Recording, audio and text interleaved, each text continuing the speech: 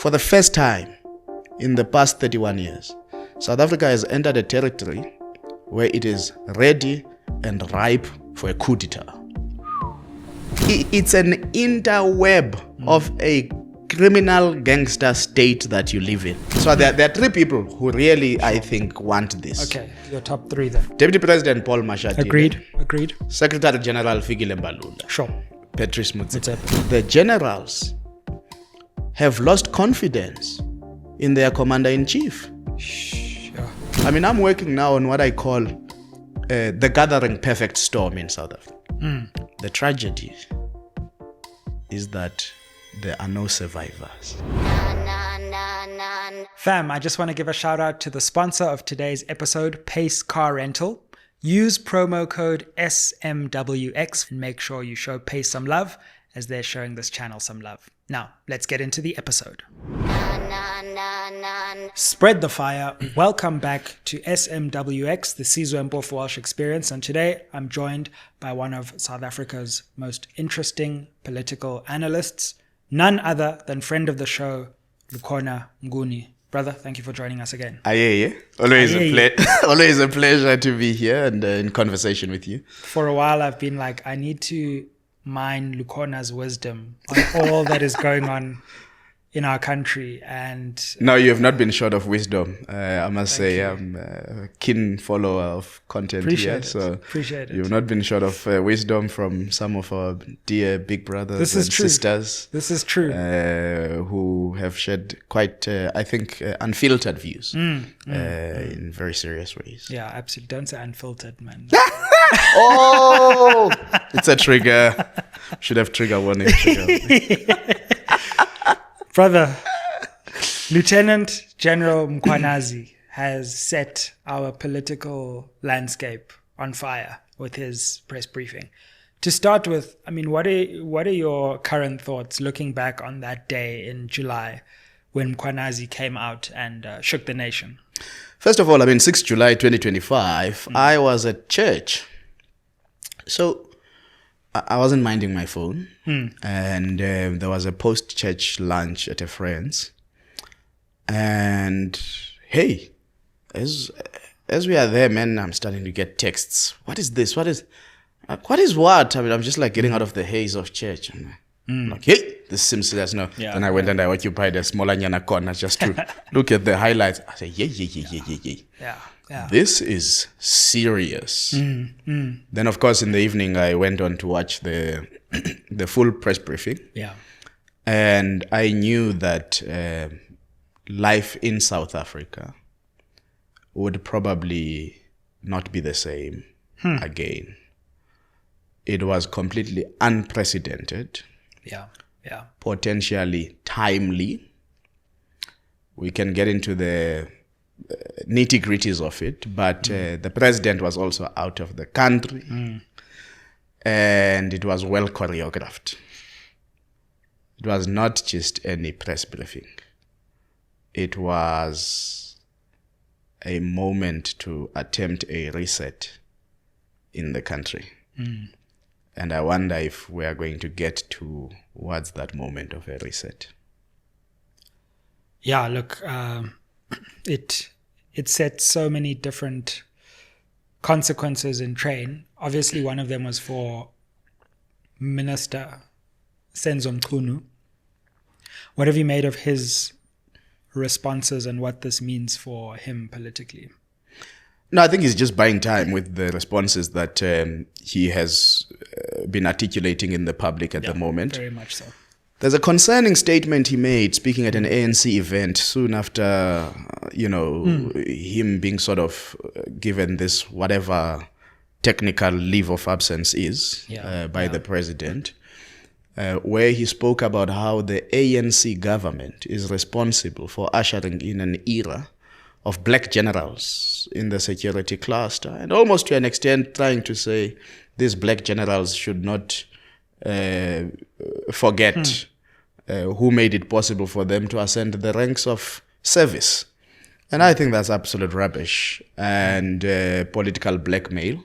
Yeah. And again, the same tone-deaf political arrogance that has characterized the leadership of many people in the ANC who see the ANC as a cover or a cloak of invincibility, that they can do whatever with impunity and face no consequences. I thought that was a very reckless statement coming from somebody who's a so-called leader in society. I do think that we must not focus a lot on Mnguni and lose sight of the bigger picture of what Mkhwanazi was trying to alert us to. What do you think that bigger picture is? The big picture that I think Mkhwanazi was telling us is that, so I say he made two statements. Yeah. The first statement was really on the collapse of the criminal justice system in South Africa because of its infiltration and flirtation with criminal elements, underworld gangsterism, and compromised politicians who then interfere and become fixers on behalf of these gangster criminal elements because of the benefits that accrue to them. Yeah. That's the one part which, of course, the Commission of Inquiry is going to deal with, and hopefully deal with it in earnest and with the seriousness, the depth, and the kind of deep sticking that is necessary. Yeah, yeah. The second is what I call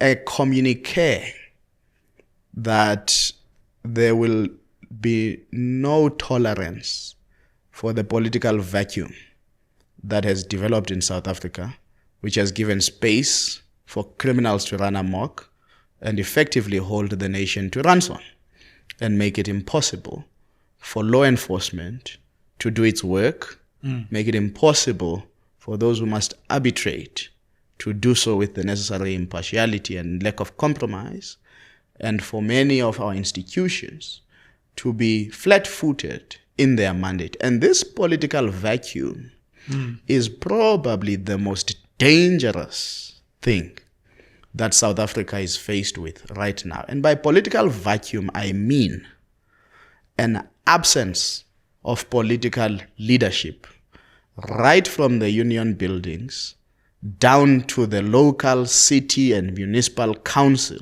that is meant to adjudicate and execute on the affairs of public and social goods for the betterment and development of the citizens and our country. And so when Mkhwanazi almost says, no, I know what may well come in terms of consequences for what I've done, but if people want to come personal, we will find each other on the streets ready to fight, and used the words that the police were now combat ready. What Sizwe concerns me is that Mkhwanazi was not the first general to actually come out on these issues. So a number of things happened this year. In February, at the burial of one of the fallen soldiers in the DRC, the Surgeon General of the South African National Defence Force angers politicians, Lieutenant General Mapaha, because he says at the funeral, it is the politicians who have chosen to create a Mickey Mouse Defence Force. I recall that. And if you recall that moment, the ANC's member of the Standing Committee on Defence in Parliament, Dakote, was busy doing interviews saying it's intolerable that a soldier can speak this way and and level these allegations to politicians. And I think they wanted to summon him to Parliament, but they never did. Then came just short of a month, if not a month, before Mkhwanazi, the National Director of Public Prosecutions, speaking to Xuliwe Mngambi, saying that the NPA effectively is faced with internal and external influences that make it difficult for the NPA to do its work and for her to execute her duties, because there is this pressure on the NPA, and some then interpreted it as there's infiltration of the NPA. So Mkhwanazi then comes on the 6th of July, and I think he just throws down the gauntlet. Yeah, absolutely. And then a few weeks after Mkhwanazi, the Admiral of the Navy, Mondelo Bese, speaks to Parliament and says, Treasury has become a super department and it's posing a threat to national security of this country. So here is a 6-month period where 3 generals of different divisions of your armed forces and the National Director of Public Prosecutions are making effectively political statements. Yeah. This period is probably unparalleled at any point in our democracy since 1994, where you would have generals coming out. And as a result, this political vacuum has now made me to conclude, not because of what the minister in the presidency said. By the time she said it, I had concluded this. For the first time in the past 31 years, South Africa has entered a territory where it is ready and ripe for a coup d'etat. Because there's no political leadership. There's no political center. And I think that the generals have lost confidence in their commander-in-chief. Sure.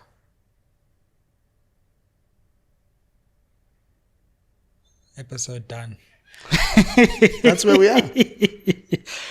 Wow. Because I was going to come to the commander-in-chief, President Ramaphosa, and look at what this means for him. It just feels like a devastating blow to his presidency. He's in some ways recovered in the last week or so, because there was a time after Mkhwanazi came out where it was looking very tenuous. But he styled himself as this person who was, yes, part of the ANC, but really part of a deeper mission to clean up the state. And now we sit 7 to 8 years later, and you get these allegations that we're back to square one with infiltration of the state. If what you're saying is true, the crisis is deeper than just a political crisis. It's actually a governance crisis with the relationship between the president and various aspects of the security cluster. I think we're worse off than we were in 2018. I think we're worse off. There's been no rebuilding.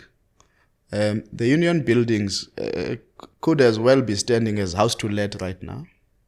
It's occupied. And I've said this before. There are people in positions called government, but I don't get a sense that there's a government in this country. And I say union buildings is standing as house to let because, of course, yes, this political vacuum filtrates itself to governance structures and governance and rings hollow this commitment to building a capable state. Here is a president, is sent a letter by the National Director of Public Prosecutions 2 years ago. Only after the Mkhwanazi press briefing does the president act on Chauke, the regional public prosecutor in Gauteng. Sure. Why? And the NDPP has been begging for so 2 years. For 2 years, Mr. President, do something. I've got a problem with this fellow. Yeah. And then when you read in the Sunday World that, Chauke stormed out of a meeting with Patoi because he felt he was being ambushed. And Sizwe, if you are serious about an institution, this head of institution has informed her subordinate that I intend on writing to the president to suspend you so that we can then do this inquiry into your fitness to hold office. Then you sit on that for 2 years. How do you think the institutional arrangement is going to be at the NPA? And Gauteng, not only being your economic hub, which is where things need to move, but it's also where your economic extraction happens, your thieving happens, Commercial your gangsterism, crimes. Commercial crimes, cybersecurity crimes. Its concentration is here in Gauteng. Absolutely. Now, if you've got a public prosecutor in Gauteng who's lost the confidence of the national public prosecutor, and you sit on this matter for 2 years, how do you believe the people who report to you, the people who put their bodies on the line on your behalf as the commander-in-chief, will have continued confidence? Because even with this Mkhwanazi issue, protocol people, I've seen even DA's Breitenbach has now entered this fray of it was wrong for Mkhwanazi to... That's rubbish. what was he supposed to do? Exactly. And he'd already tried to do the... Of course, in March, we know that in front of the Minister of Police, he confronted him about these illicit relationships that he has and connections. Got meanders. If you ask me in meanders, I answer in meanders. That's what we got. We got the meanders. Yeah. And Parliament did nothing after that. So you can't have a member of Parliament who says he should have come to Parliament, he reports to Parliament every month. He did. Absolutely. And 4 months later, what did he decide to do? He decided to take the matters into his own hands. Yeah. And the truth of the matter, as my brother Prince said on this show, the president is client number one of intelligence services. Absolutely. He gets the briefings, and he was correct, Prince, to say, probably the president knows much more than Mkhwanazi. But what is also true that Mkhwanazi also knows is that various deputations of people from the police have been going to the president to brief the president about the state of police, let alone the state of the criminal justice system, let alone the interweb of gangsterism that involves politicians, that involves, controversially in some ways, we'll probably get there, certain elements of, the public. What Sizwe at this moment tells us, when I talk of a political vacuum, yes, governance is important. Yeah. But what also it creates in the minds of South Africans is that perhaps we live in a choreographed reality where the bona fides of people like yourself and myself can also duly be doubted. Do we act in the best interests of the country? When we sit here and have this conversation, are we being whispered into? Are we being influenced? Is there an agenda that we are trying to piece together? And I think if we are honest and serious with ourselves as a country, as I said, for me, Mkhwanazi was probably crying out for a moment of reset. Yeah. We need to go right down to the entire ecosystem. Yourself and myself must be willing to say, well, you can send the SIU to do lifestyle audits on us. Sure. Media houses, their editors, their political journalists, their political reporters Absolutely. must be willing to say, we have no connections with that side. You can come SIU, do lifestyle audits on us and give the report to SANEF. Sure. Because this is a moment of reset, because it's quite clear the enabling environment is created from a number of actions.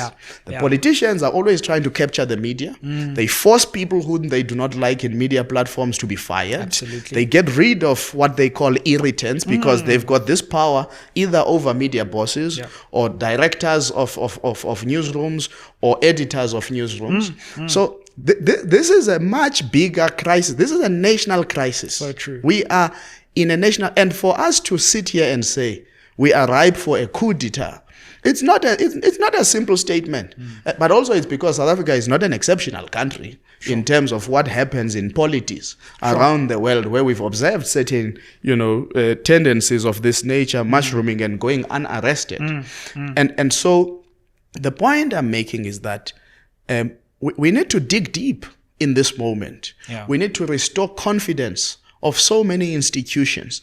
And people can't say, these are, of course, I mean, whatever Mkhwanazi would have said with his own mouth is untested. But in the day-to-day life, we know that in our police stations, dockets go missing. We know when he talks about correctional services that it's part of the gangsterism thing. Bester smuggled in a body into his cell and escaped and bent a poor, life of a family that couldn't even find the body of their loved one, bury their loved one with dignity because they'd been part of a crime and gangsterism syndicate in the prisons. We know in our communities that we get the anecdotal stories that the wardens allow people to go out, commit murder, and come back because it's more difficult to investigate a person who's already been convicted. Now, you can say whatever Mkhwanazi is saying may well not be true, but I know what I read. I can't read an article by a journalist in Cape Town mapping out gangsters, what they own, which restaurants, which clubs, which are the terrains. But these people are not arrested. And then where there are arrests, what happens to a lawyer representing one of them? Gets shot outside a school dropping off their child. Yeah. This is our South African reality. We can wish it away. We can wish the messenger away. But the problem is not going to go away. And if we don't deal with the problem, and if we don't confront the problem, and if we're not honest about the problem, it's going to consume us. Yeah. It's going to eat all of us. I mean, I'm working now on what I call the gathering perfect storm in South Africa. And so I read a number of reviews of The Perfect Storm, the movie. And one reviewer of the movie says, the tragedy is that there are no survivors. So if this perfect storm that's gathering in South Africa right now is not treated with the urgency it deserves, we don't look at each other in the eye and begin to tell each other hard truths, and we still go around celebrating each other, look at God, because now you've got money, and it's money from gangsters and gangsterism and looting of the state. It's what I call the look at God economy.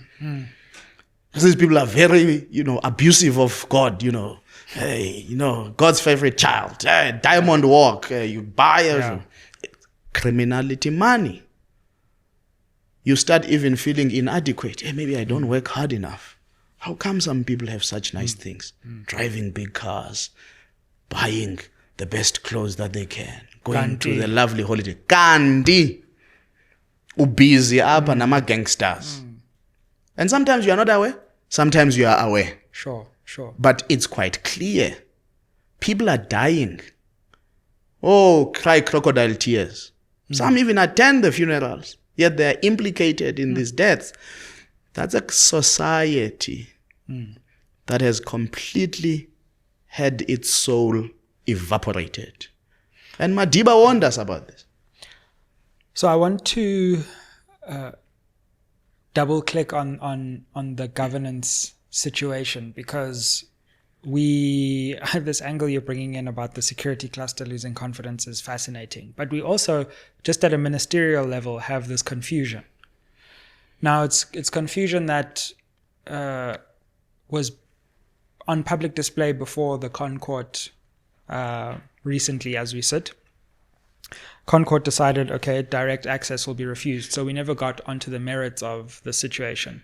But let's take a look at what President Ramaphosa said about the so-called technicality of having two ministers at once who are supposed to deal with this very issue. I know there is a technicality about seeming to have two ministers in the same portfolio.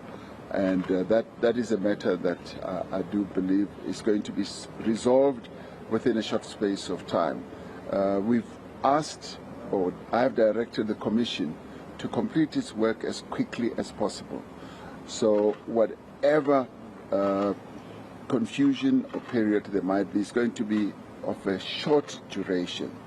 I expect a report from the Commission within 3 months.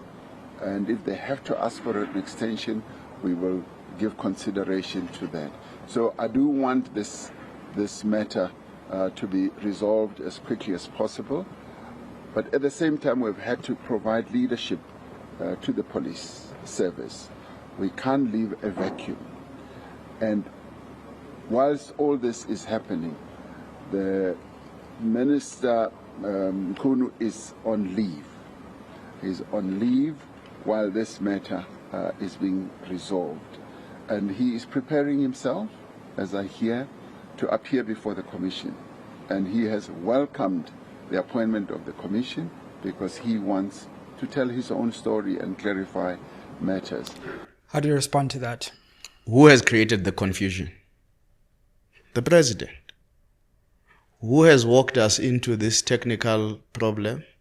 The President. So, when he speaks in third person, who's meant to resolve this? He can't put so much pressure on Justice Madlanga. Effectively, he's saying, no. Executive authority is now shifting to the Commission. Yeah. That's a problem. The second issue, as I would have said immediately after the announcement by the President the Sunday that he came back from Brazil, was that it's impractical for a non-minister to be appointed as an acting minister. So then Prof. Kachalia had to be sworn in as a minister. And not just any minister, he was sworn in as the Minister of Police. And that's where this technical matter arises from. When you are on leave, it does not mean there's a vacancy. Yeah, absolutely. People take leave all the time. Imagine if every time we went on leave, our positions were filled. They will come back unemployed. Now, of course, people then say this is a bad thing because this is not a labor relations matter. Even worse, because this is not a labor relations matter, these are political appointments. Yeah. There seems to be no leave policy that cabinet can show us for ministers. And under which circumstances do you go on special leave? When do you take leave? Of course, sure. I mean, you can be absent from duty to, we saw the Premier of Eastern Cape caught in controversy, because he had to attend to, the passage of his two sons, passage rights of his two sons, and he was not in office. So yes, you can be absent from office, but there must be some reasons as to why. Yeah. So the problem with the president is that because he does not allow himself to be interrogated properly through questioning, the first question would have been, have you lost confidence? With all that you know and have heard, have you lost confidence in Minister Senzo Mnguni? Because if you've then lost confidence in Minister Senzo Mnguni, why then do you give him leave? Yeah, and if you haven't... And if you haven't, why have you... and why not? Yeah. So why don't you accept that he can go... take the Zondo Commission. Some people went to the commission as serving in their positions. Yeah. The president himself. Indeed, actually. Yeah. The president himself. Sure. He was a witness there. Went serving. He was not absent from anything. So if indeed there's no loss of confidence, why is he on leave? Why is he not in office? Yeah. Have you clarified what his benefits would be in that period? And we know, of course, this is one of the president's greatest political fixers. I mean, he stood in his slate in 2017, NASREC 1.0, as Secretary General and lost to Ace Magashule just by a few votes. Very narrow margin. Narrow margin, was running the CR17 campaign in KwaZulu-Natal with the likes of Jomo Sibiya and others. So the question is the president introducing a technicality, a constitutional confusion in service of his political affiliation to Mnguni at the expense of the constitution? And the taxpayer, because... Of course, the taxpayer. Yeah, well, I mean, at least this one is happening right in front of our eyes. Yeah, so we can't say we didn't know that they were paying double salaries in the same position. No, it's unlike right these ones who are stealing. He's taking in front of us. He's not even trying to hide it. At some point, there were three possible ministers, so... And now we know that we're paying at least two. Yes. And there isn't really an answer to the fiscal impact of that at a time when government is saying we have no money, so we have to increase your VAT firstly, and then running away from that. But it's fine. We can have as many ministers as we need. You've said let's stick to the governance issues. You are dealing with a president of a political party that has shown such disdain and disrespect to the fiscus anyway for many years now. So it's on brand, as young people would say. There's nothing surprising about what is currently going on. The taxpayer, and this is where I speak of a political vacuum, where the politicians no longer seek to create any semblance of trade-offs with the citizens and what they do in government. And this taxpayer keeps getting squeezed and squeezed. And I've been saying, one of the greatest achievements of the African National Congress since 1994 has been this issue of opening up the economy through a variety of instruments, both in terms of economic growth in the earlier years, transformative legislation, whether some people believe it or not and they want to go to the White House, they can jump on the next train and go and then get on the next plane and go to the White House. You just don't have time today. Hey? No. I've actually lost a bit of patience because I don't think the urgency is felt by majority of South Africans. I don't think the urgency is seen by those who should be leading this country and avoiding getting into the brink of this, abyss that we might. I know Fikile Mbalula once wrote an open letter to Thabo Mbeki in 2008, former President Thabo Mbeki in 2008, saying that he was handed over a good ANC, and now he has taken this movement into the abyss and whatever. I'm sure he would apologize now. I saw they had a photo of them walking together at the recent National Executive Committee meeting of the ANC. But we are now really, really at the edge of national catastrophe. Where one, like I said, there's this ripeness of a coup. But secondly, there is another possibility where this taxpayer and the general public is one day going to be triggered. And I think the Mkhwanazi thing has given us a bit of a taste what it might take. Some people say the public is looking for a hero. And I say, but they are not looking for a hero within politics anymore. They are flirting with Traore in Burkina Faso, with Kagame in Rwanda. Where have you ever seen ordinary people raise over 40,000 rands to buy a police officer cows? And it's not you and I who donated to that. Well, I don't know about you. I didn't donate. I can confirm. I didn't donate. But I'm curious about what drove those people who were donating, taking their 20 rands, 100 rand, 200. They are communicating something politically to those who are governing. It's a loss of confidence. So I'm trying to say, this success of the ANC, building this middle class, particularly the black middle class. But it's the same ANC with its racketeering behavior, with its corruption, with its fiscal mismanagement, with the squeeze, at least interest rates are relaxing now. But hey, man, they are relaxing after squeezing us so badly and so tightly. No tax bracket creep and all of these things. This black middle class, I'm telling you, Sizwe, it's going to take one spectacular event and it will communicate along with those who are destitute, have no prospect of employment, whose socio-economic conditions have deteriorated so much that they are reduced to scavenging in some communities for them to find something to eat.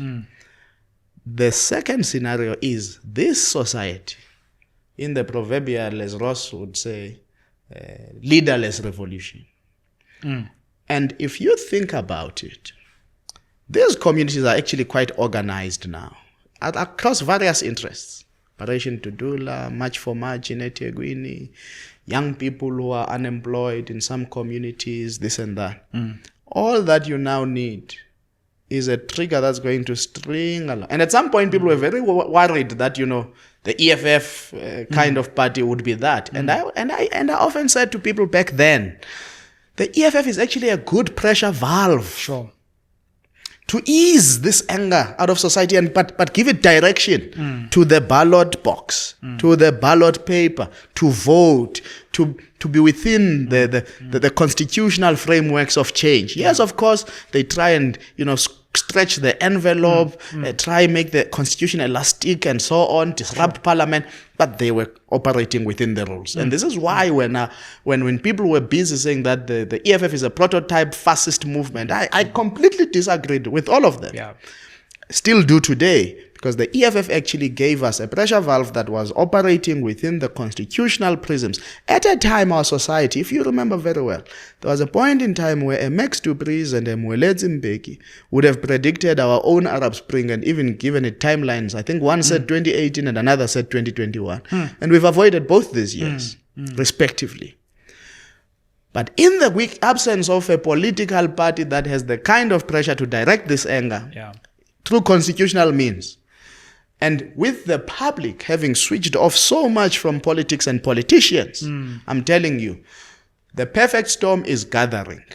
It's a question of whether or not as a society we are serious in trying to avert. We have an opportunity to avert it because we can see it. We are walking into it. But I'm saying that this black middle class, which was once the pride of the ANC. I know someone like Gwede Mantashe will probably say that the ANC is a victim of its own successes. But it's because you've created this thing, but you are pissing off this middle class day in, day out. And there's going to come a time where the black middle class is not in our name.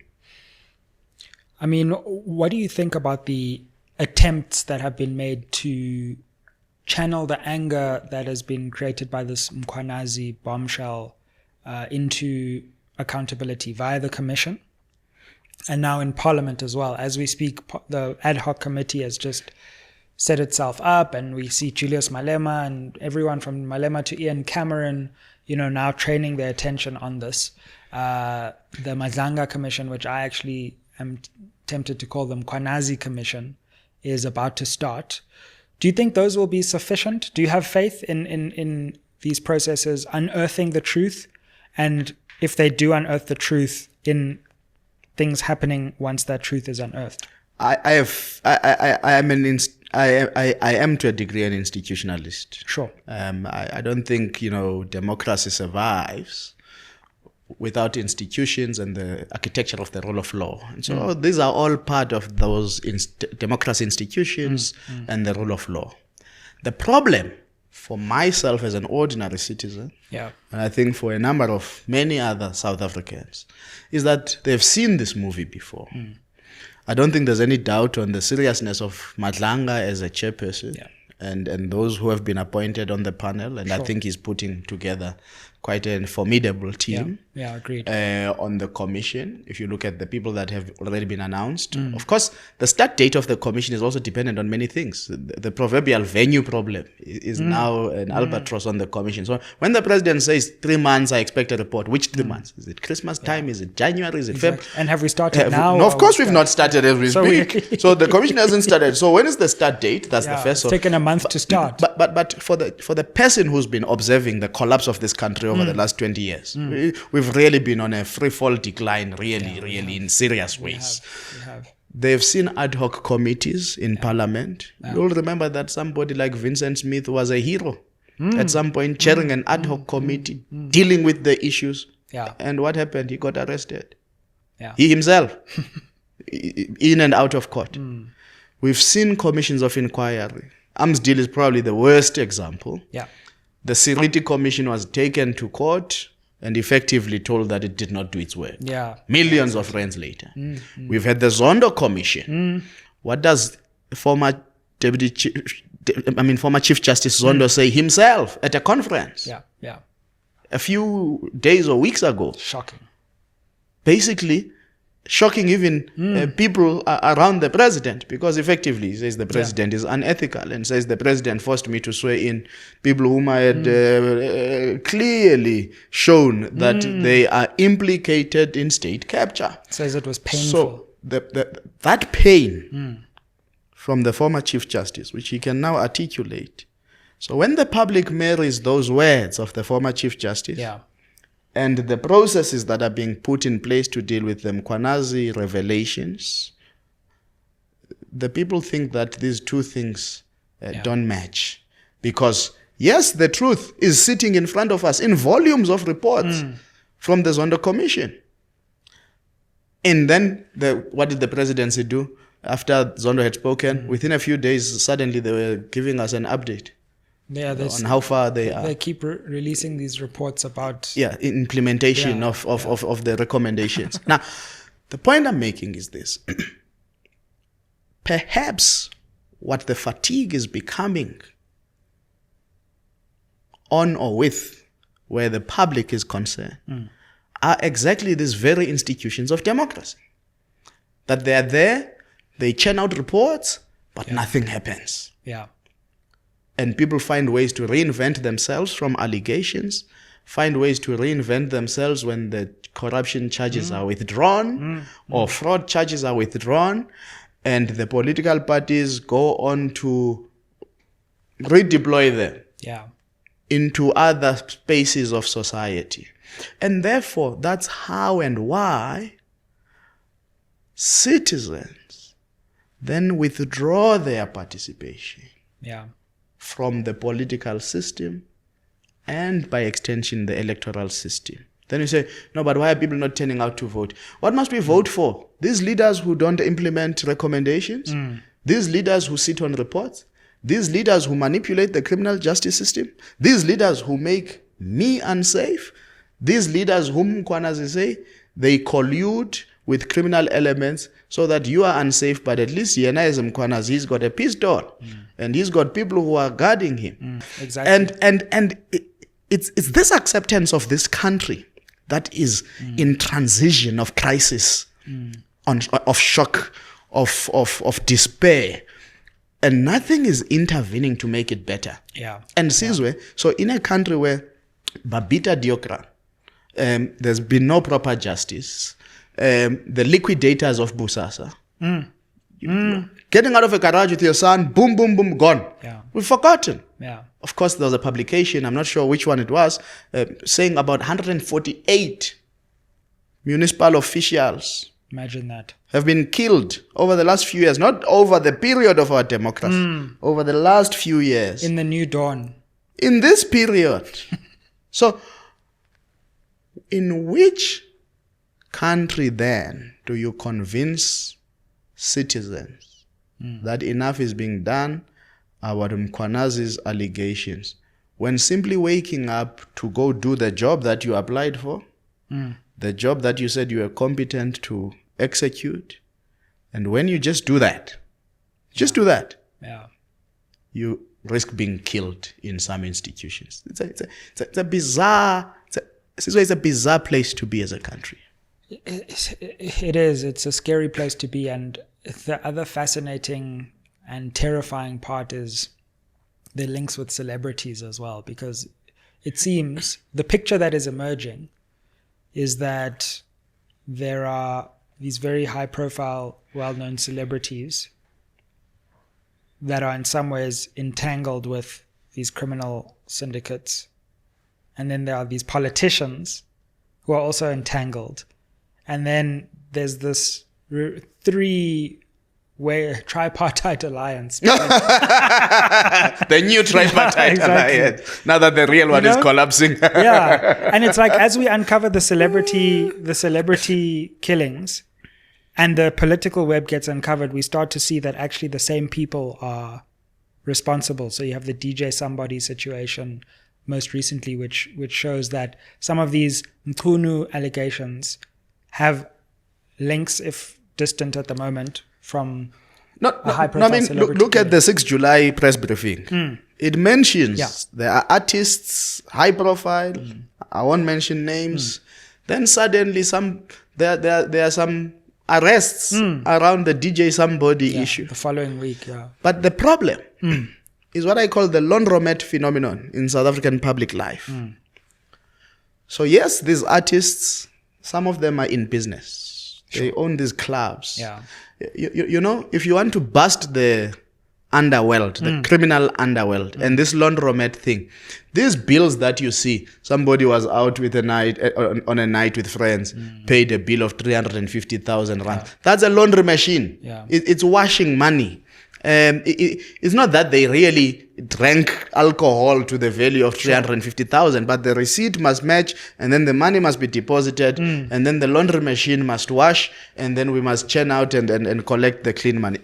So these clubs, nightclubs, a lot of them are potential laundry machines. Now, when Gogo Machikri says to you, the syndicates from this country are here, the ones from this country are here, the ones from are here, of course they are here. And some of them, what do? Because they are on tourist visas. They take their passports, they pack them at OR Tambo, they get stamped out, they leave them there, but they don't go out. They continue operating. After a month, they go fetch their passports, they are stamped in, and so it's an interweb of a criminal gangster state that you live in. And therefore, of course, for it to operate properly, that tripartite alliance must be perfected. Unlike the Pala transaction, which was never perfected. You're out of order now. It was my first time hearing this fancy term, Perfection a of the perfected transaction. We've heard transaction. I said, hey, called my friends in accounting. Yeah. I said, well, tell me, what is this thing, Chief? But we've heard some crazy things around this. But for this tripartite alliance to be perfected, the regulatory institutions must be captured. And to realize that there's a crisis, I remember landing in January. I was coming from Washington via Addis Ababa. I land literally at the mouth of the airplane. Yeah. There are people in civilians, but I can see their badges, police badges, and they are demanding to see our passport. So I quibble, but I'm confused. Why here? We're still going to passport control. So one of the people in charge of the operation pulled me to the side and tried to explain to me. Says, no. Now we have to do it at source as you get out of the flight, just to see that you are carrying a passport. Because what happens is that in some instances, between getting off the plane and reaching passport control, people disappear. But how do they disappear? They get collected by people who work at the airport. Wow. Some of them get collected by people who work with law enforcement at the airport, whether it's customs, whether it's police, whether it's what. And so they come into the country without going through passport control. And they get to do, because they are not known that they're in the country, they get to do all sorts of illicit things in the country. So the point is that the regulatory law enforcers must be captured. The politicians must be captured. Of course, the celebrities then get captured in a number of ways. The influencers are there too, male and female. Yeah, absolutely. The look at God economy is seriously, scattered, because you look at how the influencers, some of them today they're dating here, they're dating there, but it's one thing, they're in the same parties. Then influential advisors of certain politicians are seen at certain birthday parties with these alleged gangsters and criminals and so on. And then you realize that in actual fact, what has died, which can rescue any nation, is the essence of politics.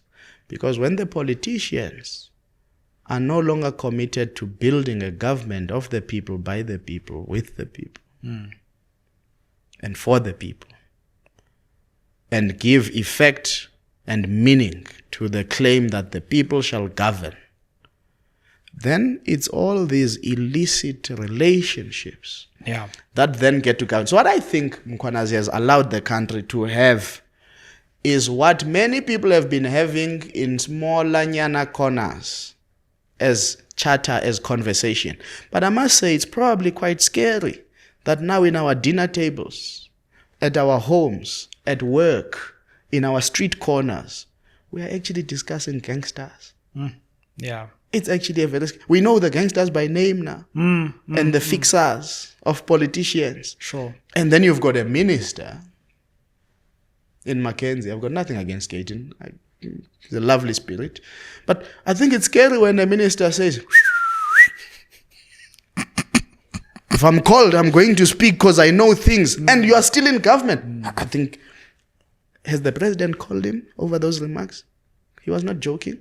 And then his deputy president is found on the driveway of somebody who's being arrested, so-called businessman, who has been arrested and served time in the UK, by the way, for smuggling drugs. This businessman, so-called. And the deputy president of a minister who says he knows things is at that driveway. And then there's an entire choreography of fire this. That's just politics. Again, there must be new people who join the dots now. We don't have our late Pravin. Exactly. No, dots must be joined. Dots must be joined. Look, bro, I mean, we spoke about the one tripartite alliance. Let's come to the real tripartite alliance, because it's fascinating times with the ANC. We've been having a series of conversations over many years to say we need to imagine this country beyond the ANC. We're in an interesting place because we're both beyond the ANC and still within the ANC. Yeah. But a number of things are on the horizon. Number one is the SACP's decision to contest the local government elections. So let's start there. Let's have a look at what Solly Mapaila said, because this is a gateway into a very deep discussion about the ANC and its future and the alliance and its future. Our independence as the Communist Party is non-negotiable.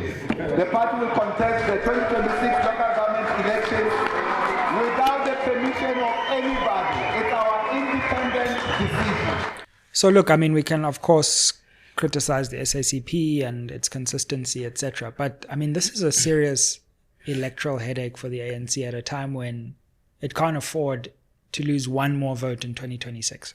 Look, I'm going to make a sidebar comment before we get there. Sure. I think Brasoli is still as angry as he was when he was sitting here. Exactly. It's time to invite I think him we back, need actually. no, but I think we need to make a political therapy intervention there. That can be healthy for him. The anger. He's been angry for a year and 3 months. True. At the same decibel of anger. And there's a problem. And nothing has been done to assuage that. Clearly, it's actually getting worse. It's getting worse. It's unhinged. Yeah. But let's come back. In 2010, I wrote an article. I said the SACP is dead. It's a carcass. Because it was not contributing anything meaningful to the life of the ANC. You know, this thing called the Politburo of the SACP used to be a very respected structure in the Tripartite Alliance. And particularly in the relationship between the ANC and the SACP. And that's why, I mean, some of the most revered leaders, your Moses Kotanes, your Moses Mabidas, and Thabo Mbeki sat with Krizan in the Politburo in the 70s and so on. So the SACP used to form part of the intellectual foundations of the liberation theory and fundamentals for the ANC. It was really an inseparable venture at some point. Then these appetites of state power kicked in.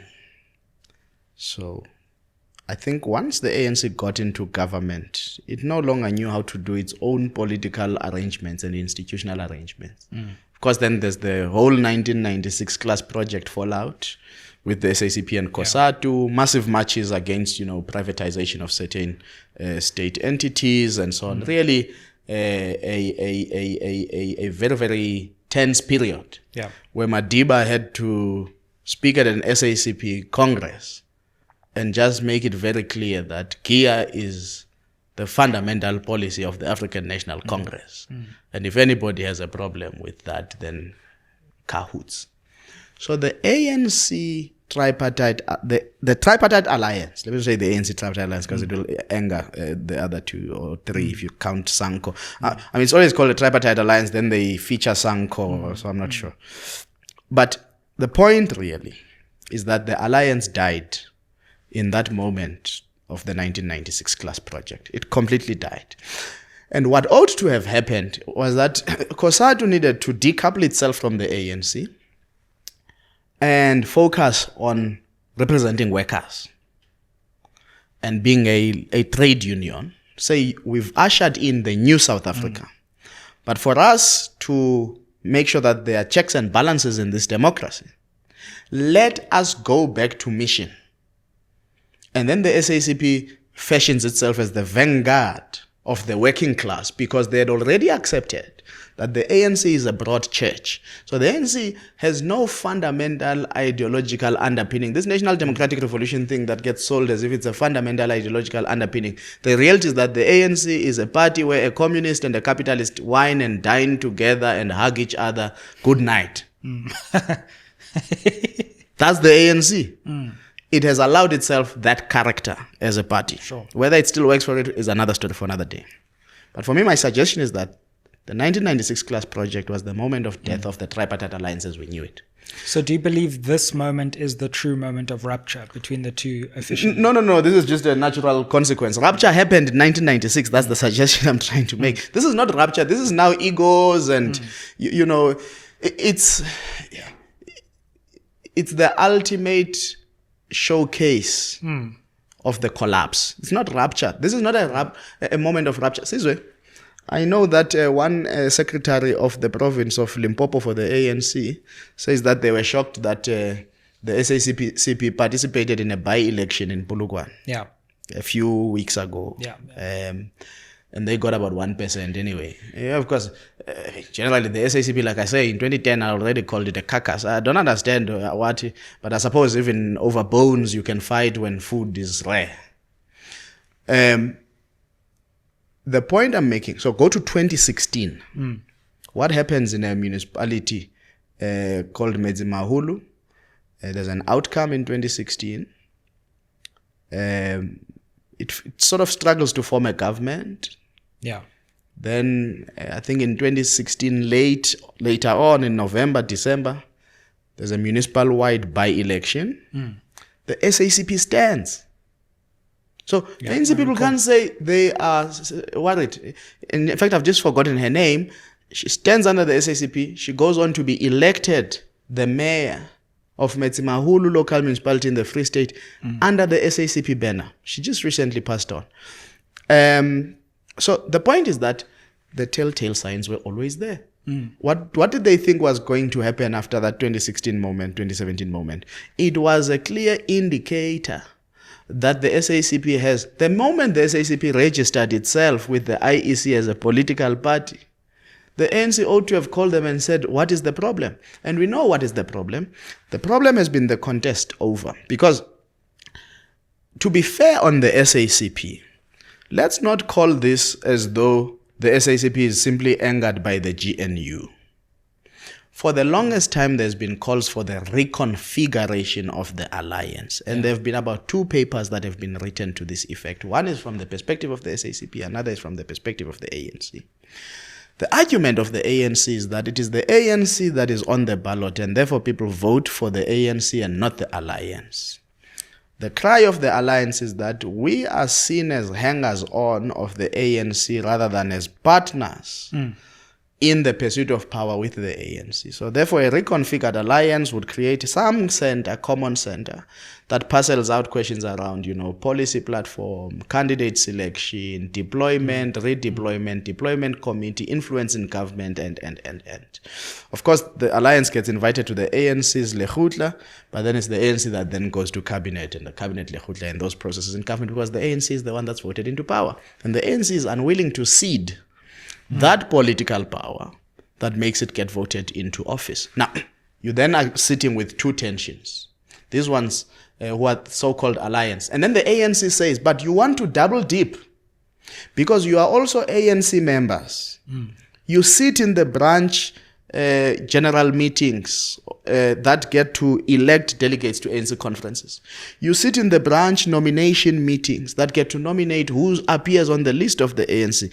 And nothing that says you can't appear on the list because you are actually ANC members, which is why in the recent NEC closing remarks, the president of the ANC says those SACP members, whilst we are in this moment, who are ANC members, will remain with their full entitlement as ANC members because those are duly accrued to them. So it's a moment of confusion for both the ANC and the SACP. But I think it's a natural consequence of what started 30 years ago. No, I mean, we've been talking about the alliance breaking apart for our lifetimes, probably. But what do you think the implications are for 2026? Because it's going to be a headache for the ANC, that's for sure. So it's going to be a headache for the ANC in the sense that there are pockets in some communities where the SACP is quite strong. So what Solima Paila and them have been investing in are sort of like these community road shows and trying to really embed the SACP in certain communities across the 9 provinces. The SACP is not necessarily a popular organization because it carries this word communism, which for some people is almost like a swear word, across the race groups, across the socio-economic divides. Also, I just think, because I've made this point many times before, I don't think South African politics is ideological. Therefore, when you're an ideologically steeped party, I don't think people come through your way. If people really were ideologically steeped, NUMSA, when it left COSATU with hundreds of thousands of members, formed the Socialist Revolution Workers' Party, did not get even half the votes of its membership. In fact, even 10% of the votes, because they would have gotten a seat in parliament. They didn't even get that because whilst these workers love being represented by NUMSA, and this is why I'm saying maybe after 1994, everybody should have just gone back to basics on business. Trade unions focus on representing workers, because if you look at the memberships of the trade unions, and of course, what has happened, when did the rupture happen? When SAFTU was created out of COSATU. COSATU was completely weakened. So the tripartite alliance is but really a formidable alliance in name only. Whereas still, the political vehicle that has been entrusted to be on the ballot is at 40%, the ANC. So what I think is happening here, everybody is gaming the disintegration of the ANC. And that if the ANC is really disintegrating, then I can go pitch up my own Pondoki tent there, even if it becomes a 4%, 5%.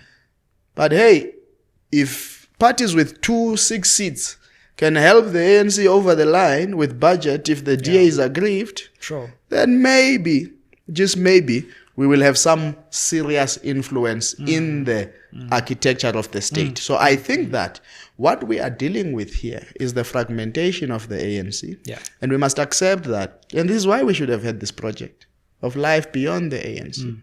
Because it would have created certain clarity of discussion for different scenarios and so on. Because now I can imagine you are a Gwede Mandashe, Blade Nzimande, Buti Manamela. Now the SACP is standing everywhere. And you are seen as a communist, but you have to say, no, but comrades, my bread is buttered by the ANC, so I'll wear ANC t-shirts. But also, how do you deal with conflicting instances? I mean, you've got Abo Mthembu, former chairperson of the SACP in KZN. How do you deal with people who forget? Because they've got so many of these t-shirts and they're so used to wearing them interchangeably. So I'm campaigning for the ANC today in my ANC t-shirt, and tomorrow I'm in my SACP t-shirt. It might be worse than MK. At least MK seems to have had sleeper cells in the ANC who couldn't wear MK t-shirts while campaigning for MK. But here you'll have walking sleeper cells who have dual member.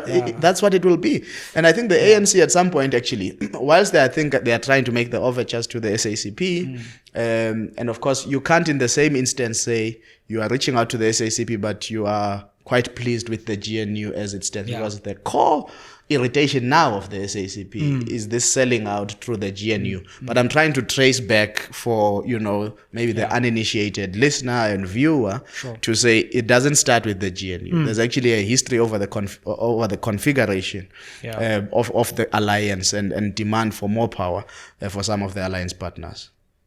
I mean, what do you think ANC succession looks like?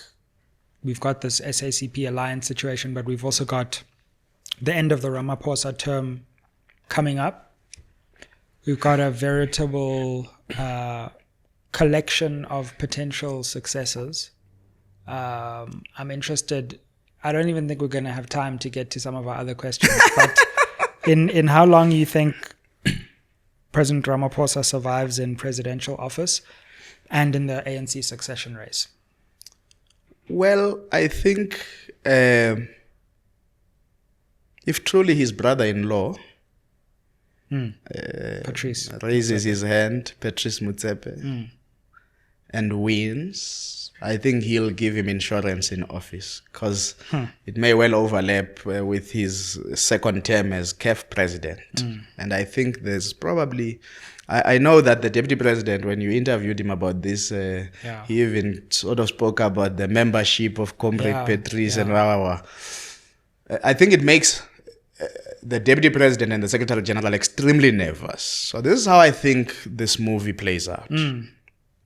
There's going to be some pressure, particularly if Motsepe has been carrying membership for 10 years in the ANC, which qualifies you to be elected to the NEC and by virtue to the top 7. If Patrice Motsepe... So there are 3 people who really, I think, want this. Okay, your top 3 then. Deputy President Paul Mashatile. Agreed. Secretary General Fikile Mbalula. Sure. And then, of course, remember this one would have been secretary of the Youth League, became president. So it's almost like a career, natural thing. But there's also a massive generational thing that happens around Mbalula because he's seen as representing a particular generation that is ready to take over the ANC. Some of it is in the provinces, it's in the regions and so on. Deputy President Mashatile, I think there are a lot of interest, particularly in Gauteng, and for probably himself, an ambition to become president. Also, just so much institutional knowledge within the ANC. Then I think Patrice Motsepe. So you think those are the three top candidates? These are the three top candidates. Yeah. And I think if this candidate, Patrice Motsepe, Senzo Mkhunu, by the way, might have... No. He's a future ambassador somewhere now. He's not on any slate. He's a future ambassador somewhere, maybe in Beijing, maybe... Because there was talk before this of... No, like, of course, of Watch Mkhunu. But I mean, Watch Mkhunu with a crippled KZN. Of course, watch the other brother-in-law who's now leading the task team in KZN, Jeff Radebe. So I once wrote something, I'll tell you about it one day. In 2017, I once wrote something about we must be careful. 2016, 2017, we must be careful of this trio of brothers, Ramaphosa, Radebe, and Motsepe. And I think it's coming slowly now to fruition 10 years later. Let me take you back to the three. Sorry. So there's three. So we've got Motsepe, Mashatile, and Mbalula. Sure. And I think if Motsepe really does stand... The three M's. The three M's. Yeah, we are back in the triple M. Not that kind of triple M. Not that kind of triple M. The one that had the late Tito, Trevor, and former President Mbeki.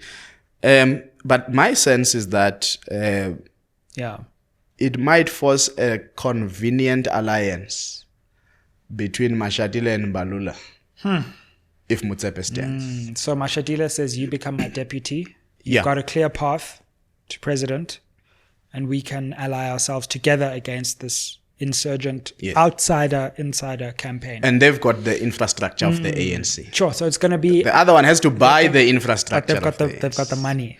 They've got the money. It's the money versus the infrastructure. Sure. And the holders of the infrastructure are not least moneyed either. Exactly, because they can leverage the infrastructure. Yeah, and they're residing in mansions anyway. Yeah, true. Well, they can sell a mansion for campaign. but also... Those with the money can also buy some infrastructure. Of course, but you see, when you are at the levers of the membership system, the levers of the branch audits, the levers of the regional conferences. You're making me think of a picture on Twitter recently of where Mbalula said, "I'm here with my brother, Paul Mashatile." Yes. And they're arm in arm. No. Because the conversation surely must start. Yeah. If the current president, and remember this is what happened towards Polokwane. The current president was unwilling to knight his second in command as a successor. Yeah, absolutely. And therefore, if the current president is viewed by those who want to contest as unwilling to endorse anyone in this present top 7, there's going to be a revolt. And whoever is the president's choice is going to force an alliance of convenience against that person. But I'll tell you now, that alliance may well win an ANC conference. I mean, if you listen to some people in regional structures, they've been complaining about why are national leaders so all over the regional conferences. I mean, Mantashe was in Or Tambo, this one is there, Mbalula had a warm welcome somewhere in the Free State. And, so they're like, why is national all over this regional? It's because the succession has started. The 2027 national conference is won now. In the regional conferences. That's why the regional conference in the city of Johannesburg is going to be tight. In the city of Tshwane is going to be tight. KZN is going to be an interesting animal. I suspect that they might send the least delegation they've ever sent since 2007 into an ANC conference because of the sheer collapse of ANC structures that has happened in that province. And what does that mean in that architecture? What does the ANC in the Eastern Cape do as a bargaining chip? ANC in Limpopo, fairly strong outcomes in the 2 provinces. So I'm trying to say at succession level, there is that. But there's another point I'm watching, that the ANC might, for the very first time in its history, get a female Secretary General in 2027. Nomvula Mokonyane? Nomvula Mokonyane. Yeah, we're hearing similar things. Well, she's been hard at work at it. Absolutely. And it's certainly high time that the ANC wasn't just led by men in the top 3 positions as well. No, sure. But I don't know if the chicken pieces and everything else between exactly. helps her cause. And that's why I'm saying it might well be a very interesting conference for the ANC. I did say the GNU may well be the insurance plan that President Ramaphosa needs to be the first ANC president who completes 2 terms in government. Yeah. But if that marriage, Mashatile and Mbalula Nomvula, wins in December 2027, kiss the ANC in power, Baba. True. Not because I'm saying people should not. No. If they're watching, they must not get me wrong. Sure. I've got nothing against them. But the electorate has everything against them. And the trajectory has already started as well. Obvious. The only thing the ANC had going for it was this hope that Ramaphosa might pull a rabbit out of a hat. But look, but in that scenario of Mokonyane, Mbalula and Mashatile, another triple M. Another triple M. If your surname starts with M, you're doing well in this world, says Mpofu. Mnguni. In that scenario, I think Ramaphosa's days are numbered as well after that conference. Oh, no. Yeah. They become very numbered. Yeah. I think the DA becomes very nervous. Oh, yeah. And I think the configuration of government faces a potential for serious change. Absolutely. Because remember, the ANC ecosystem in parliament as we speak is just short of a few numbers to be at a 2/3 majority. Yeah. The EFF, MK Party and the ANC together account for about 65%. The UAT is a breakaway of the ANC from Limpopo. Sure. The ATM Yeah. is a quasi-creation of the ANC politics around former President Jacob Zuma. Take these parties. Take that progressive caucus. UDM will just go and eat. The general. No, we must not. No, the general. We must not fight the general.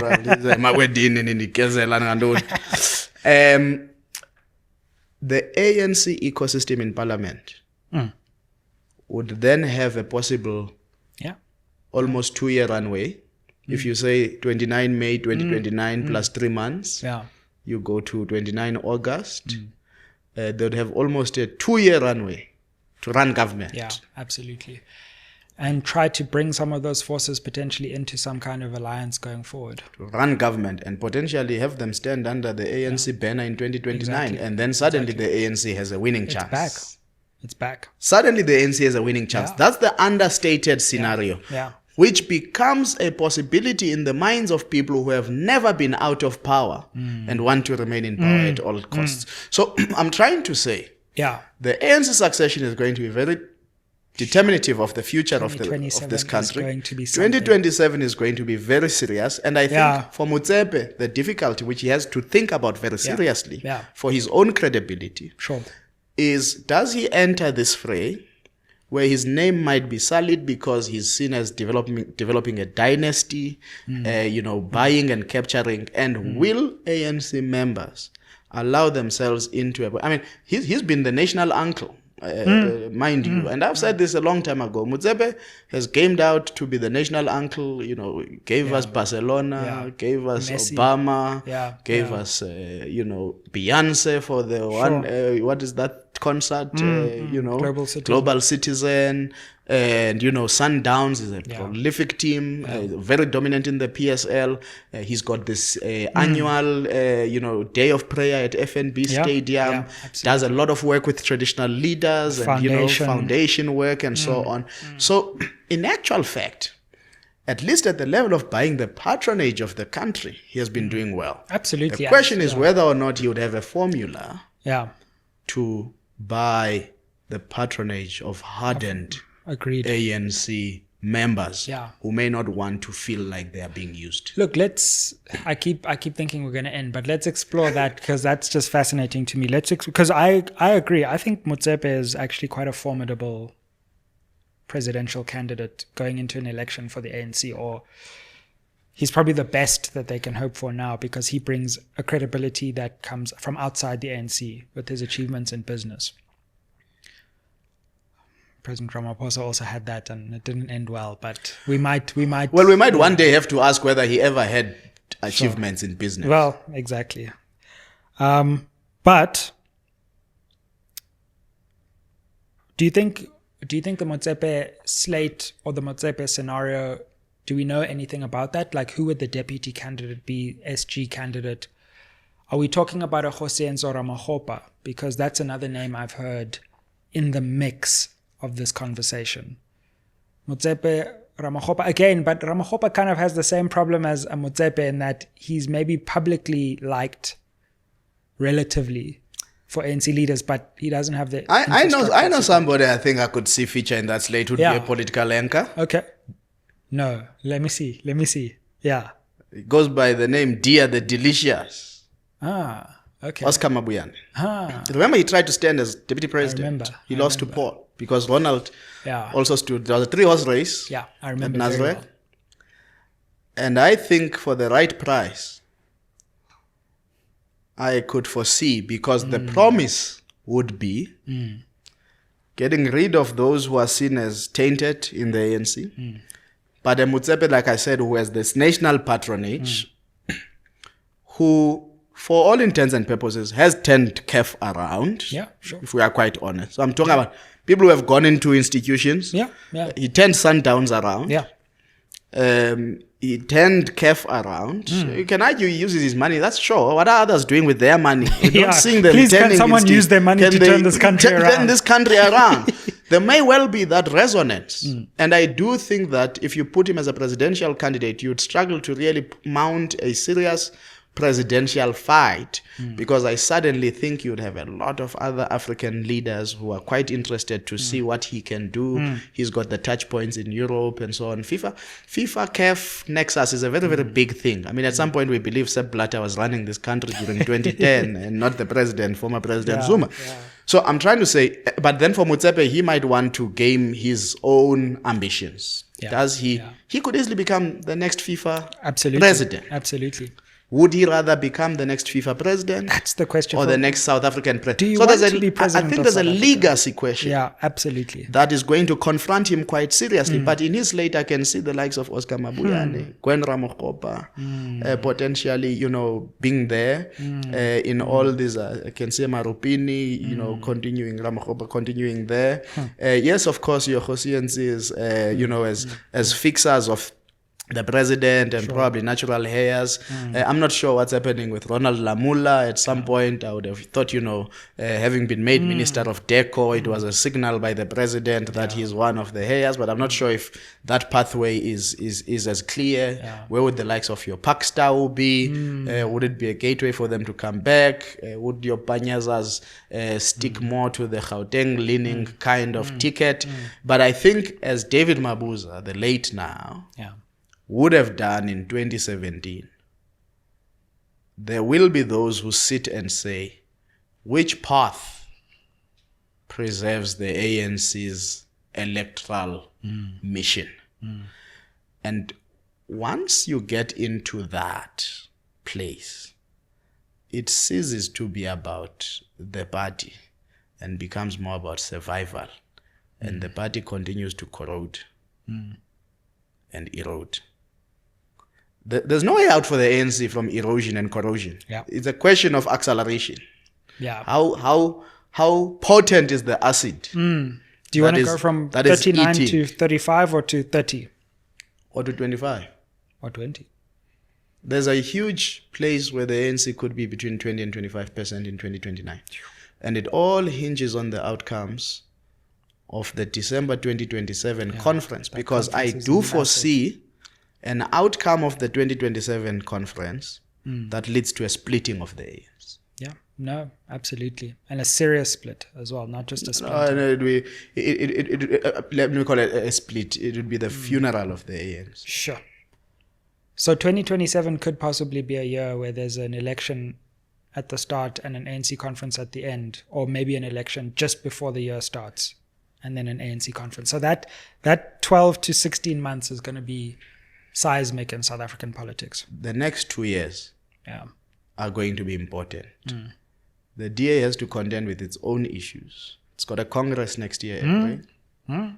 It's got to go through candidate selection. We're going to see whether somebody can come and stay at their sister's back room in Emarentia and then become mayoral candidate in the city of Joburg. That's how desperate times are. Yeah. And then the election of 2026 local government election.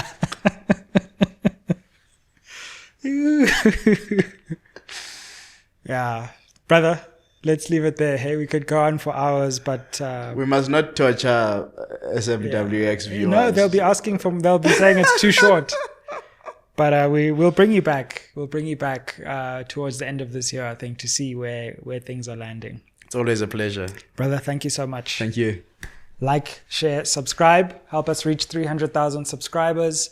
Keep it locked on SMWX. Comment down below. Go and follow Lukhona Mnguni on all social media platforms. When I'm big, I want to analyze politics like this. And keep it locked on SMWX. Aye.